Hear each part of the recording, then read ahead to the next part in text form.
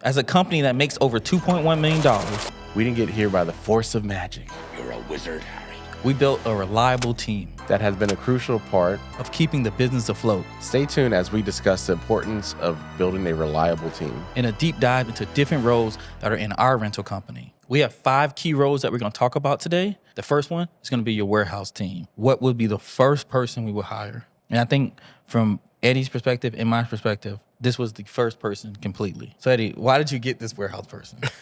Well, she did a lot of the things that I didn't like doing, which is cleaning equipment, keeping things nice and organized. So that's the main reason why I got her. Who? It was my daughter. I mean, maybe I might be like overstating. I've never seen you clean the table. I have. I'm not saying you haven't done this. I haven't seen it because I know my experience too. I have my friend's sister. Her name is Alex. She used to come over probably 2 to 3 times a week, clean the items, restack them back up, and put them up there. Because that's like the one thing that I did not want to do. And it was like literally, as soon as we started, that was like the first thing that I got somebody to do. I mean, they started separately and then ended up joining forces probably like 5 months after we started working on this right here. But like from a warehouse person, so like, hey, what are some of the main responsibilities of the warehouse people? Her responsibility was the clean the equipment, report any damage. Then after that, she was basically to organize everything, put it in its place, and keep everything nice and neat. Yeah. So I know I'd come back and sometimes, when I come back, I'm tired, so I just like whatever. And she'll go and grab them and then get everything where it needs to go. That way it doesn't get lost or misplaced. When we first started, it's like you come home, you're delivering. Because most likely, if you're starting this out in the very beginning, you're probably going to be the one delivering. And we actually recommend that because you can talk to the customers, work stuff out. And most of your issues will come from the actual delivery process.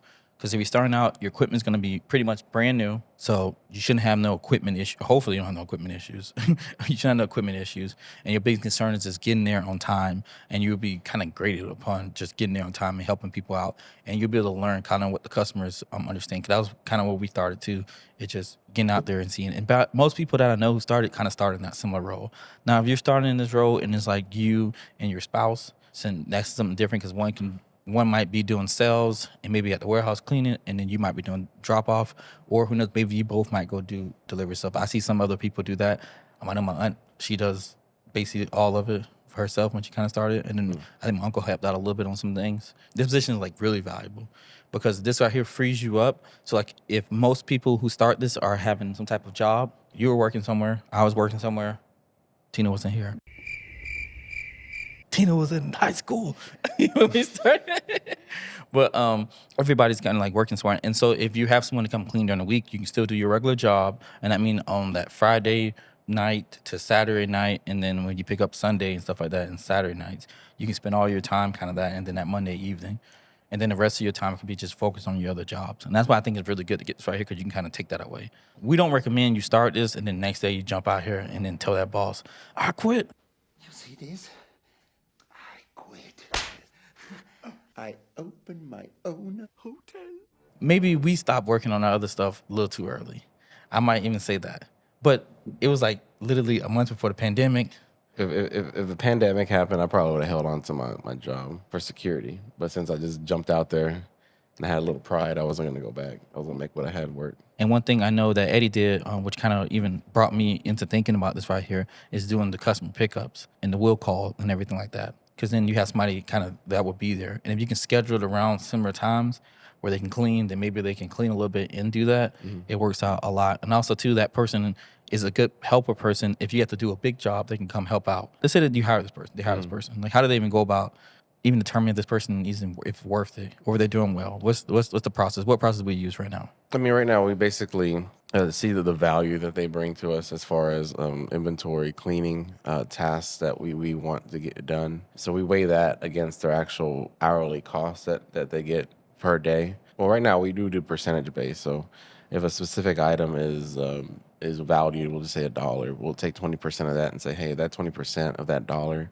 we expect to pay somebody to clean that item. We'll adjust it. It's not a flat percentage across every single item, but every item per se was more or less is about 20%. Say they cleaned 10 chairs, and then they took them an hour to clean 10 chairs. We'll basically equivalate the value of the items that they clean to what we paid them. And if one outweighs the other, which If we pay them more than the value they bring to us, then we say, hey, it's not a good candidate. We want to look for somebody else. We're looking for like the 2 to 3 times the value that we pay that individual. Since we only want people to be 2 times at least ahead of them, we might as well just like cut the percentage of what they pay for what we kind of calculated. Instead of 20%, do it as 10% and just run it straight off of there.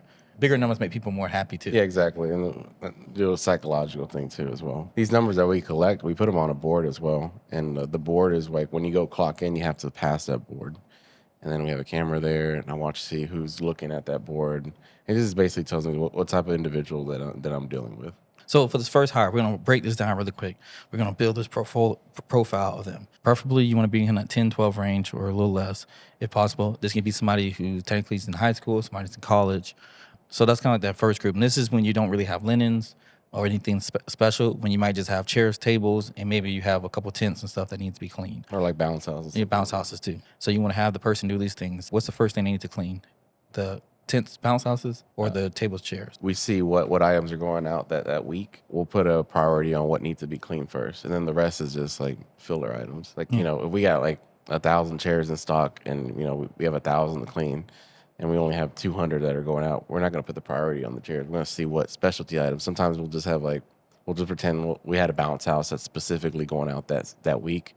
We need to put the emphasis on getting that thing done. Or something that's really popular that you don't have a high quantity of, you want to get that thing done first, just in case it does sell, because emergency orders come in all the time. So when you're small, you probably just will clean everything just because it'd be nothing. But if you're like decent size or get into decent size, you're not going to be, like Eddie said right there, you're going to have to do that. Because you're not going to be sitting there cleaning stuff that don't need to be cleaned when you got 50 tents going out and you're worrying about cleaning 500 chairs or something like that when you need to be focused on these tents that's go out on Wednesday. Tina, you got something for me?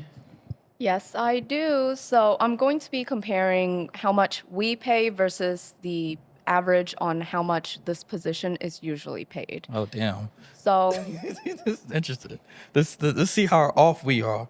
I think you'll be surprised. We pay an average of $200 per week during the slow season and $500 per week during normal operations for our warehouse staff. Now, compared to the numbers that ZipRecruiter gave me, the average warehouse worker in Texas makes an annual salary of $31,185 or $15 hourly, which adds up to $599 weekly. We are actually below the average on ZipRecruiter, Nice. almost by $100. Okay, yeah, $100 going back in my pocket. But you don't really need somebody. That's the beautiful part about this position. If you get anything out of it right here, this person does not have to be full time. What is it, like 10, 20 hours a week when you're trying to start off? Yeah. It might even be less. It might be 2 days, like 2 5-hour days. Who knows? Yeah, and the good thing about that, like you said, when I was in my garage originally, I mean, we're at the house, so part of the chore is get in that garage and clean the tables and chairs. And it's free. If you start off with that setup, or if you have we'll just say a storage unit or like a small warehouse close by, you know, it's something that you can get done pretty quickly. If you haven't already, you need to go ahead and get the ultimate checklist. This is the #1 source for rental information. So make sure you go ahead and get this right here. This is filled with so much information. We just recently updated it. A lot more graphics in it. Good way to help you get started and get around a lot of the pitfalls that me and Eddie went through when we first got started. Currently right now, I think already almost over 1,000 people have requested it. So going to get it before all information get used up. We got more stuff coming through, and we update this on a regular basis. And also too is how you stay in touch with us so you can learn more about all the stuff that we're doing and how we plan to help you. So get the ultimate checklist. Hurry up. Get it now. When, Eddie? Now. And then the best part about the ultimate checklist, it's free. The ultimate checklist coming to a competitor near you. So now that you got your warehouse person, got your stuff clean, stuff looking sharp, looking crispy, everything like that. Now you're probably thinking like, I'm so tired. I don't want to do these deliveries no more. Hold on. We got you. You're still going to do deliveries. Just not going to do as much. Remember that first person we hired? Oh yeah, my good old friend Jesse. So like, what was our whole mindset when we were hiring Jesse? Take the load off of us because we were getting too many deliveries. Yeah, I think we were at like 25 to 30 a month at that point in time. Yeah, and we thought that was a lot. Yeah. I feel like it was a lie, especially with free delivery. That's 25,000 with low. The amount of deliveries you went with a lot longer. And we had the bounce houses too at that time, and the water slide. We're like, oh man, Yeah. we're gonna need some help. So if you're a one-man band, you might have to do some of this stuff a little earlier. You got to decide on if the work that you can pay someone is you can make more money from doing the cleaning versus your job, or doing the deliveries versus your job you're doing. For some of you guys out there, it might just be, you might be able to make more money by just doing your job and then working on the specific things on the other side and not doing deliveries. I think for us, we were already in it at this point, because we kind of like jump in the deep end, see how deep it is. And I don't recommend that for nobody else, because you still have things you have to answer. You have to get the stuff clean. You have a person for that. You still have to answer phones, answer customer support, do dispatching, all that stuff. You have to hire people and do payroll and run all that stuff for everybody, including yourself. And then when you do this delivery job, that should take off stuff during the week. So like you can literally go through, and if you do want to go somewhere with your family, because I know when we first started off, we had a pretty big issue where we couldn't get a couple people that we needed. And I think Eddie was trying to throw a party, but he never actually was really at the party. He set up stuff in the party, and then he was like in between. He was setting up a tent the whole time at the party while the party was going on. And then it was actually a beautiful day, so I guess it worked out. But It worked out, but no, I don't think anybody knew the whole backstory on why I wasn't there on time. it was like, he's a bad father. No. And like I set up a generator and everything like on the spot. It was brand new in the box. Put it on. I didn't know anything about this. That wasn't no generator. Oh yeah, you're right. It's an inverter. I had an inverter, and I had to hear about that. The tent, actually, there was a piece that was missing, and I didn't know anything about tents back then, so I was trying to get. I sub-rented it as piece from, I think it was like Marquee. They rented it to me like the whole price if I bought it. They sensed desperation in my voice, so they charged me. Corner piece didn't work out with the tent that I just got, so I had to give it back to them. And I didn't put the tent up, but I had the bounce house and everything. They had a pavilion there that I didn't know was available that we used, so it all worked out. I forgot about the pavilion thing. Yeah. If we would have had a driver at the time when that happened, we would have been able to, or at least we'd have had enough drivers, I guess, at the time. We would have been able to take off from the stuff. I think I was invited too, but like, You got stuck out there doing Yeah. deliveries. I think your wife was all dressed up and pissed. They're like, why are you working? He's over there. I was like, he's better than us. Like, if you actually want to ever take a break or like be ever not work when you're sick, you have to bring in drivers. Now, they might take over 50% of the work. Eventually, they'll learn how to do tents, because there's different levels to this. You have level 1 drivers, as we kind of call them, which are just chairs, tables, and kind of like the simple things where you just drop off, no really setup involved into that. Then you have like your tents, your bounce houses, and kind of like your pipe and drapes. People that can do all these extra things, you can be able to basically drop them off and they can handle the stuff for themselves, or the set of people if you have 2 people running, depending on what your average order size is. If your average order size is under $500, you might be under 1 person. If your average order size is over $500, you might be looking at 2 people on there. Now, obviously, you want to at least be able to get 6, 7 to 8 routes on each one of these people at least minimum. But if you're doing weddings and stuff, you might have a whole crew of 3 or 4, because we'll even like I think we put a video out today. I think we had probably like 3 or 4 people at that event. So let me ask Tina this right here. Tina, who is your favorite driver on our team? I don't know if you guys will agree with my answer, but my favorite driver, because I like them as a person, is Akira. Okay. I was joking. No, Akira is like, because like, I'm not gonna lie, don't kill us on the cross for this right here and all this right here and drag us down that part. Generally, in our experience, women who are shorter, smaller, can't perform the duties to do a lot of stuff. It's a lot of wear and tear on this part. We usually look for people we look for gorillas, 200 plus guys. You know what I'm talking about? Those 2 Ps right there. But Akira has came here and changed the whole mindset. One of my favorite moments was when I was able to deliver a double throne chair by myself. She's gained a lot of muscle. She's worked the stuff out. She's been able to find ways to do things a little better. Like, you have some guys who won't even bring a dolly sometimes. I don't know what's wrong with them, but on that point, or they have the dolly and don't use it. And for them, she'll make sure you have all her dollars and stuff together, her 4-wheels, so she can move everything around properly. And it really worked out for her, and it really changed the whole perspective. It's really just a want. Based on when she started, like, I remember she had trouble lifting like 3 chairs, and now, she'll hit a 10 stack real quick. But the one thing I think the best about Akira is like, she gets tips on levels that like I haven't seen since like my cousin Junior was here, when he was like wooing the customers or something. Like, her specifically come back $200 tip. Like, dang, like what are you doing? And it wasn't even that many items. So Eddie, who would you say is your favorite driver Fluffy. all time, I'll just say all time, and he works with us now too. even over Kobe? I don't consider him I'm sorry, all time. all time. Okay. Yeah, you hear that, Kobe? He coming for your job. No.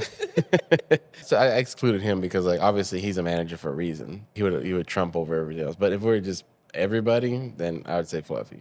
Especially his new Fluffy. I'll 100% give you that one. I think he has a vision he can see on there. My most favorite driver was his name was Brandon, 18-wheeler Brandon. I know that's a joke. It was not no 18 Brandon. When you start getting these drivers, putting these positions up there's gonna be a lot of people who come in with CDLs and they be like, oh, I can drive anything, do anything. It's from our experience. Take this how you want to take it on this right here. Generally, they're not going to be that hardy people. So they come in, need everything a certain way, can't do it this way. Oh, we got to unload the trucks. Like, what did you think when he said offload? It's like, I thought we just let them offload. Like, you just bring the stuff and the customer take it off your stuff. Like, they didn't, some people don't understand that even when you explain it to them. Okay, so I actually have something to add in there. I think the reason why is if you go on Craigslist and you look at the gigs, you'll get a ton of like offloading gigs, and it's from 18-wheeler drivers wanting people to offload items for them because they don't want to do it themselves. What you doing on Craigslist? I love Craigslist. I don't know. You getting your side go-to. You getting your side work? No. Are you a CDL driver, Tina?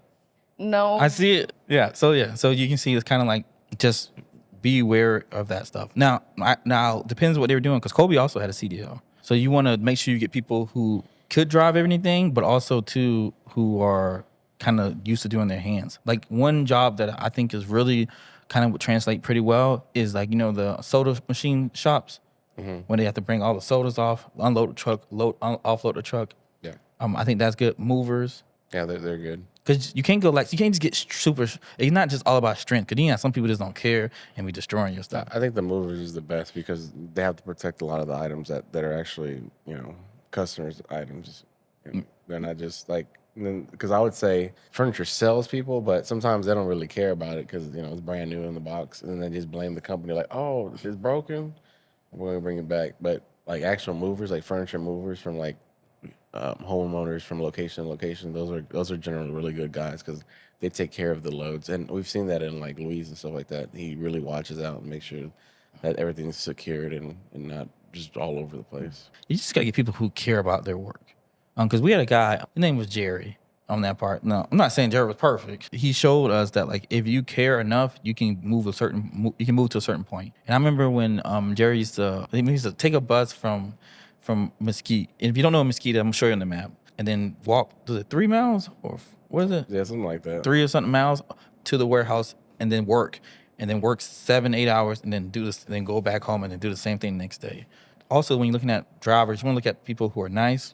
But also two people don't get too frustrated because his problem was he got too frustrated when things didn't go the way that he wanted to. Yeah. Because things not gonna go the way you wanted to. Like someone's gonna pull out in front of you, someone might hit you, someone's gonna flick you off or something like that. You're gonna get to customer house, they're gonna say don't park in her driveway, which you shouldn't really be in their driveway if you're close to the house anyway. They're gonna tell you, like, hey, we want you to put everything in the back. You can't get mad. When they ask you to cut their grass, you just gotta say no. You can't just freak out. The main responsibilities of your drivers, we said we got level 1. So what's level 1 responsibilities? For the most part, they're going to be responsible for getting the items from A to B, then from B to A. A little low item stuff that doesn't require a lot of difficulty to set up or anything like that. Okay. Now, we run off a commission structure, but generally we will have these people around because this is kind of how what Kane and Walter were kind of in, I think, when they came in there, and they'll be around that 12 to, I think like $12, right?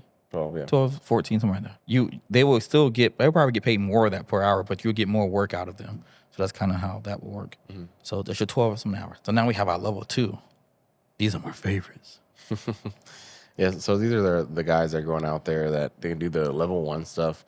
And then on top of that, they're doing like setups of like tables, chairs. They're doing pipe and drapes, bounce houses. They basically have knowledge of what they're doing.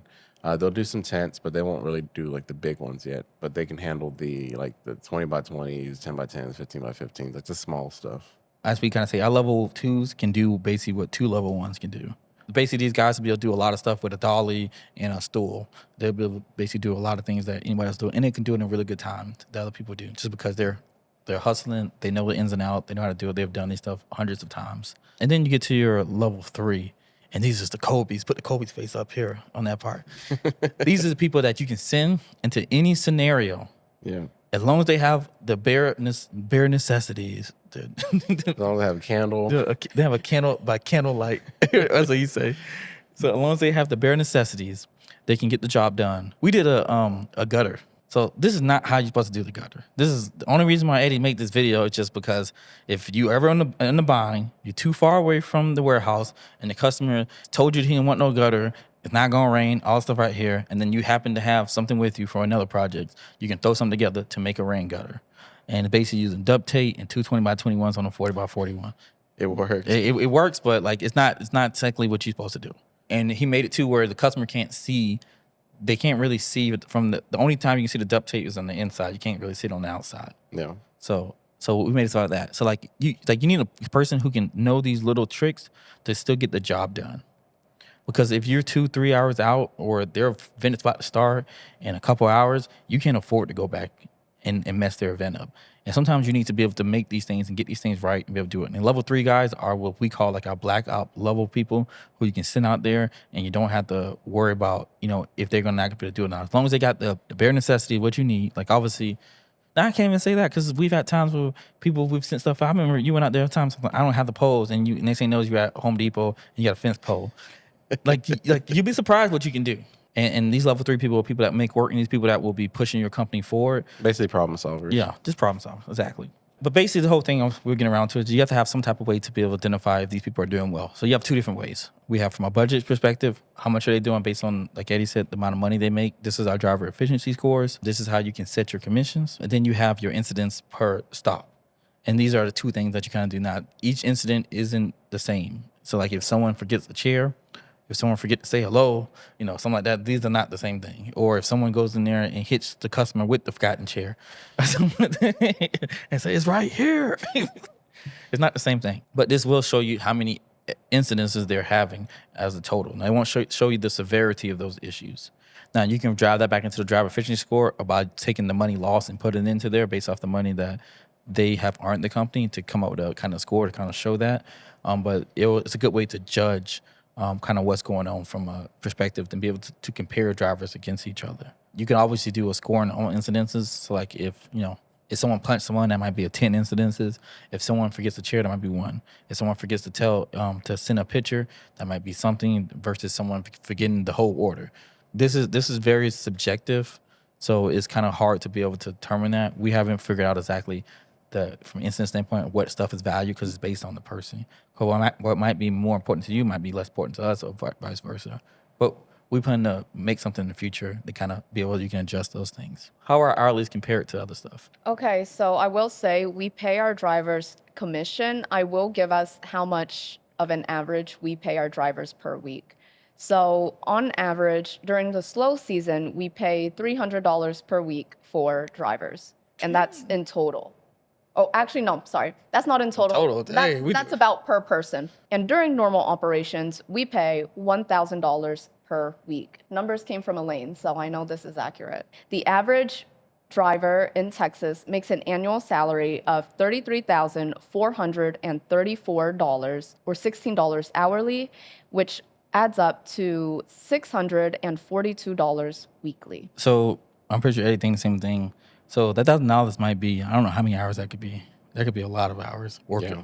The one thing that we do is we pay based on performance. So like our guys, I think can easily outdo any other kind of companies kind of guys because they know that the faster they do it and the better they do it, the better they're going to get paid. So sometimes we'll have some guys that will make like 1,000, 1,500 even like during the busy time, but they'll be working from 6 a.m. till like 9 p.m. that day. And they'll be putting so many orders out. Because, 7 days a week. Because one thing is, if you're a fisherman, then you'll know, like, there's a certain season when the fish go to spawn, and you just throw your hook out there, and you're going to be catching a fish. Well, they're the same thing here in the rental industry. They know that there's a season that the work is very plentiful, and they know the more that they do, the more likely it is that they're going to get even more work, and then they can get those numbers that they want to get throughout the whole year. You know what I'm saying? We're gonna do something, maybe 2024. We're gonna do the driver championship. So driver championship. everybody bring their drivers here. We're gonna do the Olympics of drivers and see who's the baddest driver of them all. We should have a poll, like see like who votes on what driver. Yeah, we should do something like that. That'd be fun. Everybody brings somebody from their thing. We have a collective amount of events that people gotta do. That'd be cool. If you're interested in that, let us know in the comments, and then put the person's name too that you think needs to be out here. Maybe we'll throw a prize on there, like $10,000 or something. So this next person is not, I wouldn't say the third person to get, but and then on our list we're gonna put as a third. It's gonna be dispatch. This is basically a position that we both have done at one point in time. Once you get out of those driving and other stuff, you can do dispatch yourself. But this is kind of when you want to separate yourself to the next level where you don't have to be tied down to day-to-day operations. Dispatch responsibility is basically make sure that everything's going nice and smooth. They're kind of the information highway from, sales or the customer to drivers to management. They relay the information where it needs to go. They also, for us, they touch base on the customers. All the information the customer tells them, they relay it to the drivers, and then the drivers, to them, to management or whoever needs to hear the message. So I usually always ask dispatch about certain orders or just certain setups and stuff that we have. They take care of all our photos. So anytime when I need a photo, they send it over to me. And yeah, just anything relating to orders, that's usually how I speak with them or how I get information out of them. But other than that, I think they do a lot more. Yeah. She don't like dispatch. She says they're slow. She asked for stuff. She said, "You didn't give it back to me in 30 seconds." No, but I also know that dispatch is literally on the phone with Kobe like 24/7. Like they're never off the phone. I've never seen them off the phone. What's up with dispatch? How do you evaluate if they're doing No, well? what's up with dispatch? What do you mean, what's up? How do you feel about dispatch currently right now? I think dispatch is good. I think we still have room for improvement. There's a lot of things that we're trying to get down. For instance, like fuel costs authorization. That's a big thing that we're really working towards. That kind of puts a halt, or like you would say, like a traffic jam on the operation. So basically, we pre-calculate what the fuel cost is going to be for the day prior, and then what we do is we do a authorization request, which is for the fuel cards, which we have on all the keys. The fuel cards are disabled, so in order to get them enabled, they have to let the dispatcher know, hey, I'm at the gas pump, I'm here to put gas. But they don't have basically a blank check where they can pump as much as they want. They have a certain amount that they have to pump per their route that they're doing, so that we pre-calculate how much gas is going to be. And that's why we're able to manage it. And then sometimes our dispatch team forgets to send that request a day prior. So the drivers are at the pump and saying, "Hey, we need gas money for enable the card to pump gas." And we didn't put money in the card because they never sent in that authorization request. Yeah, this is just checks and balances. And as you start handling more and more money that you're not the main person handling, you'll see this, because this is be an easier area where you can have people like we have in the past. We'll go fill up their tank, fill up somebody else's tank, sell the gas at the thing, and then tell someone, "I quit." And then like That's like $700, and then but the crazy thing is, like, we got all that money back, but they're probably looking for them for theft. But if you were using a debit card, just you gave somebody your debit card or something like that, then you'll be basically SOL on that one. What are 3 things that a dispatch would instantly improve in someone's business? One point would be the organization of basically how things are ran. Organization, information. Yeah, so information basically, and then secondly would be like forecasting, like basically like I said, the fuel charges, Being proactive. Yeah, employees coming in on time, like what's their ETA on the customer's location and all that good stuff. Communicating better across the team so everyone knows what's going on.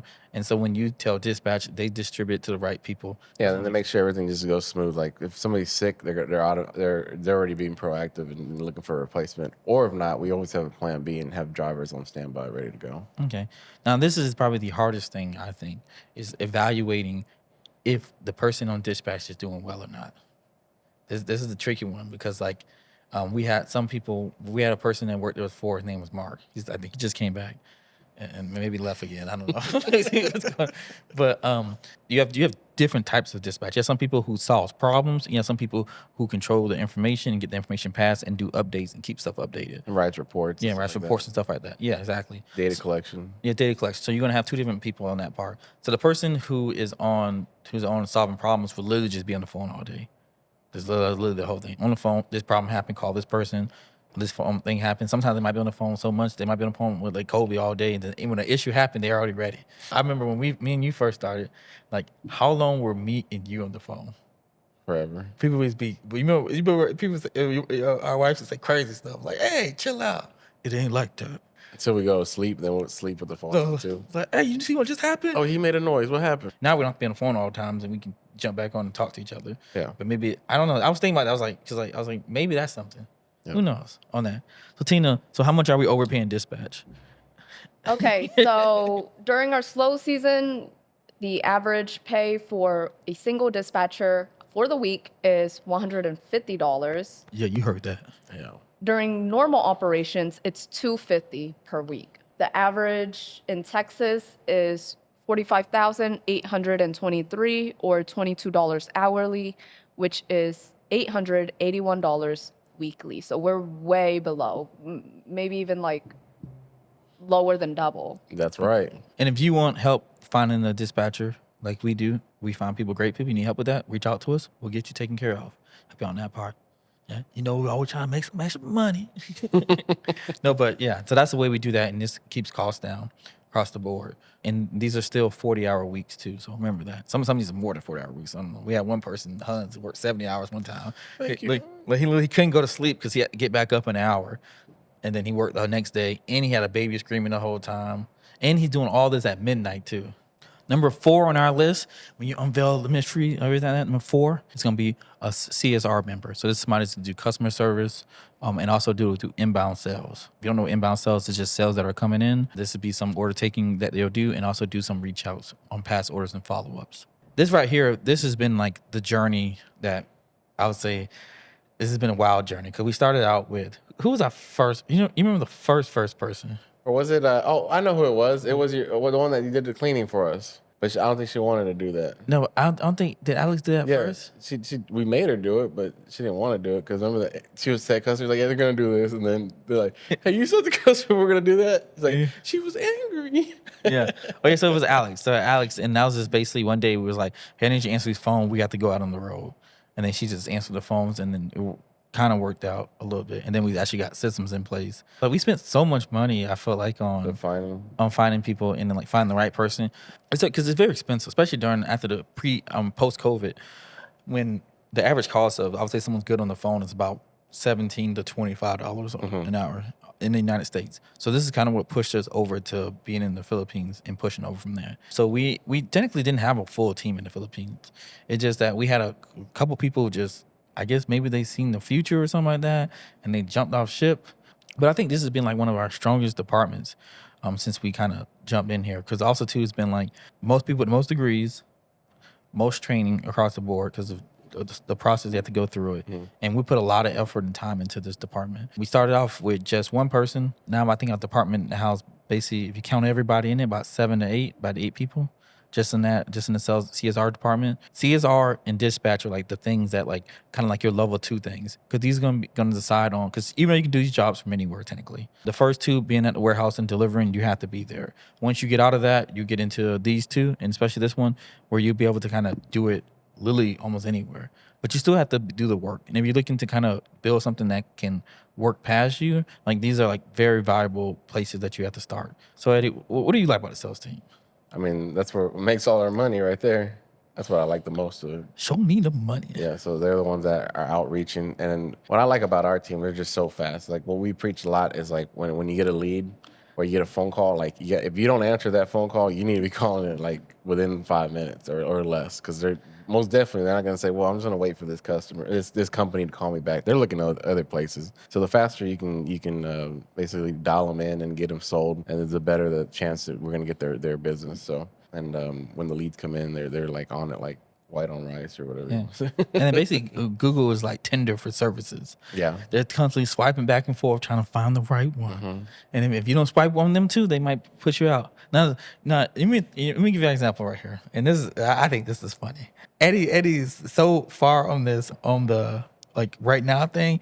Eddie be messaging at 10 o'clock at night on Sundays, and then if like maybe I always wonder this too. It's like I was like, you know, nobody's in the office, but like they still respond though. I know there's a couple people that are looking? there, and I'm pretty sure they have like a notification on or something like that. Even like Danica, I called her. I was like, Danica, I was like, hey, we need to charge this card right now on file. It's like, okay, give me a minute. I was like, okay. Like insufficient funds. It's like, oh, okay, I got it. Let me take care of this stuff right now. Go ahead and muscle this $500 real quick. Hey, not again, Eddie. Using it for the wrong reason. Yeah. Right. No, but like if you see right there, and there's a reason I like about it, you can build people who actually care about and really care about your company. That's the thing that you want. And I'm not saying that you're doing this to get more out of people, but people will willing to do more for a cause that they care about and the company and the people they care about. And we have a lot of people who might come out for hours just to close a deal and something like that to get stuff in just because they want to see us do better. Or like when Eddie messaged you at 11 o'clock at night and says that the party that's at the venue is basically getting too crazy. And you're like, Eddie, why are you there celebrating? So that's how I know. It's a party. It's a party. That this is too crazy. And then we need to shut it down or something like that. Yeah. You have somebody to respond to it. But the sales team basically works with dispatch, gets the stuff sold, do the follow-up. If you don't know, most of your money will be put into follow-up. If you want to make more, you need to follow up more. And the more you follow up, the more likely to make money. So Tina, are we overpaying or underpaying? I think we're way underpaying. Thank you. Okay, so I just got the numbers from Elaine. On our slow season, we pay $150 per week. That's an average for one person. And for our normal operations, it's $250 per week. According to ZipRecruiter, the average CSR worker in Texas makes an annual salary of $66,423 or $32 hourly or $1,277 weekly. So way, way under. That's great. Yeah. Oh my, that's a lot. Yeah. I'm about to be switching careers. Hello, this is Xavier. How may I help you? Want fries with that? It's like, hey, not that one. But I will say it's usually because salespeople here are based off commissions, just car dealership people, just really any salesperson. So We just can't never win with you, Tina. yeah, I mean we don't do commission-based services. We do Yes, we commission. do. We do commission. Oh, we do? Yep. Yeah. Oh, okay. We do. Yeah, misinformation. Okay. Because I thought that's why we gave incentives, because we paid them hourly and not. Yeah, you get paid hourly, which is your base, and then you have incentives and you have commissions. Oh. Depending on what you're selling. Like if someone sells the venue and it comes to a lead that's not someone else who already sold the person, but there's a commission that you get from there. And there's bonuses too, depending on if you win certain competitions we have. You know who else gives commissions and bonuses? Novo Banking. If you sign up for Novo Banking using our link, you will get $50 in your first, I think 90 days. It's not actually that, but damn. But it's still $50 though. Get signed up with an online banking account. You can separate your finances. Because I know you guys out there, I'm talking to one person specific, Jason, out there, combining all your finances together. Don't do that. Also, it helps us out too, and it's pretty much free to get started. This is what's going to separate you so you can go out and be free and have freedom. This position right here is the HR.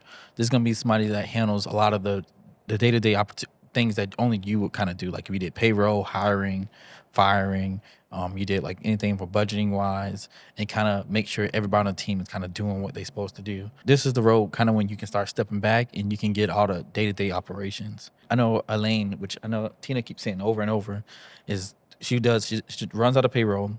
She's doing the budget and stuff this week. We're doing taxes this week as well. And so all this stuff is getting done by her and her team. So we get a lot of things done. Then at the end, I'll look over it and we'll go over it with a professional and everything.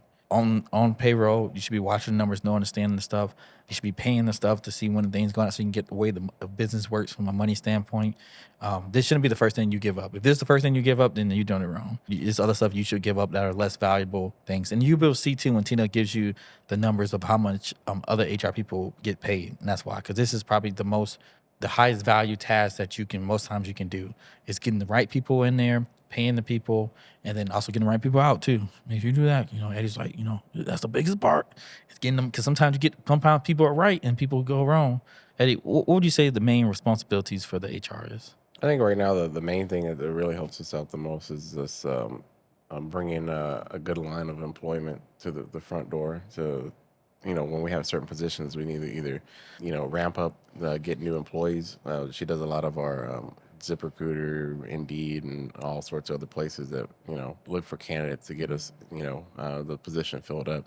So that's the thing I think is the most valuable that she does, just because we know that at any minute someone decides they don't want to work anymore and they quit. We need to immediately get that position filled up, and we have like a big whole backlog of potential employees that are interested that we always keep on standby, keeping people flowing through that door. That way the operations of the whole thing doesn't really get messed up. Tina, what's your favorite part about her? My favorite See, my part about HR is that, honestly, I would say HR is the person that I talk to most. So whenever we had another HR manager, she would always help me with posting these job listings and stuff like that. And then she would first do an initial interview, and then she would send them to me for a second interview. And then that would decide whether or not I get them or not. Right now, Elaine, what she usually gets me is just information on our employees, job titles, specific numbers, and just things like that. I haven't need to hire anyone into my team for a long while now, so right now she mostly just gets me numbers. Yeah. The crazy part, the person that was doing it still was Elaine. She was just underneath somebody. Oh, really? Yeah, It was she- still Elaine? was still Okay. Elaine. Oh, yeah. Well, Elaine's been with me for a long ride because I ask a lot. Yeah. And also Tina gets a lot of violations because she gets sent to the HR department a lot. She gets written up a lot. So that's why she speaks to them a lot. So Eddie, what do you think the 3 things that if they get an HR person would improve their business? Well, for sure, I think the quality of candidates, because generally the person that is in that position has some sort of experience with vetting people that you want and what you don't want. So I think the quality of candidates that come through the door is going to immediately go up. And after that, I think also like legal perspective of business, it'll go up as well, because not saying that you fire people the wrong way, but you can easily do it the wrong way if you're handling these kind of situations. Kind of like we talked about that in the past as well. Where somebody sliced up the the chairs and Yeah. stuff like that because the wording was wrong or whatever. Generally, human resources, they're really good at handling letting individuals go and doing it legally, and have documentations and everything like that to back it. HR, what is a immediate kind of thing that they help on the whole operations of the business? I think the biggest thing when you hire someone from HR, the thing that you're actually paying for is trust. Yeah. Oh. And that's the thing. You pay for someone to trust to be able to handle stuff and deal with money, deal with people, deal with valuable stuff, resources in your company. And also, too, what it really does, specific for me, is frees me up. Because those things, if she didn't do them, I would have to do it. If I didn't do them, then Eddie would have to do it. Like we have to go do our franchise tax in Texas. I know y'all probably thinking, let's go live in Texas, low taxes and stuff like that. Low income taxes, but your business still getting taxed. So like doing that, changing the name of one of our entities, changing ownership to reflect the new entity that we created, all that stuff. A lot of miscellaneous things that will allow you to basically free up your time. So that's one thing I would say, like, for the most part, is obviously you get someone you can trust. You get someone who's going to handle most of the things in the business. Like I said, too, we do a lot of hiring overseas. So we're about to crush this number, I'm pretty sure.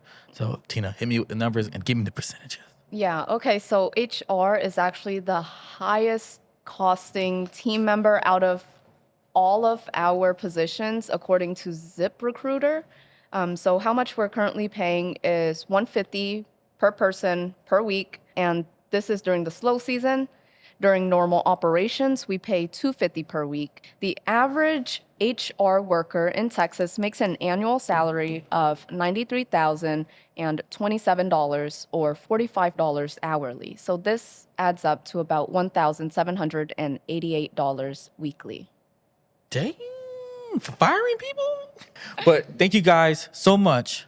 Now we're about to go to the rental rundown. We're about to run it up. All right, so the first question that I have is, when should I start to consider hiring a manager for each of these positions? So me personally, I generally do it if the team exceeds like, 4 or 5 members. Then it becomes a little bit, unmanageable because everybody kind of does their own thing. So you need somebody to kind of set the pace, set the tone, and generally that's what we do. If we get about 4 or 5 people over that amount, then we go ahead and grab a manager to handle that department. Now, another question should be, when do you remove a manager? When they stop providing value. Yeah, that would be interesting. All right. Maybe So when they hate on you. the second question that I have is, what's the biggest challenge of getting overseas employees? Tina's the biggest challenge. I'm domestic. I'm right here. Yeah, Tina be always telling people all crazy stuff. No, the biggest challenge is really just finding good people over there, because there's a lot of ways to get scammed, and being able to find a network of people who you can validate their background and be able to make sure they can do the work. And because a lot of times most people are doing this at nighttime, so you got to make sure they're not going to fall asleep. They might be the best worker ever, but it's midnight. Like, are you going to be up or not? And so, like, you guys will be able to understand and see that. It's hard, though, too. And then you have to get the pricing down right, because you want to make sure people have consistent Wi-Fi and internet and stuff like that, and power. Some places don't have that. Some people's places do have that, but then people are scamming, trying to get into your business and steal stuff. So you have a little stuff to work on through. That's one thing that I think over the last 4 or 5 years that we kind of worked on and mastered a lot. You got a lot more down, because you have quite a few people on your team who are remote. Thank you guys so much for watching The Rental Boys. And this is our podcast. I'm Xavier Kelly. I'm Eddie Sauceda. And we are The Rental Boys. And thank you guys so much for watching. Make sure you get the ultimate checklist.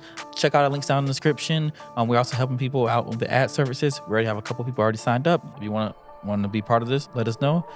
But other than that, right to Tina. If you like this video and would like to see more informational videos like this, please click this playlist right here. And please like, comment, share, and subscribe.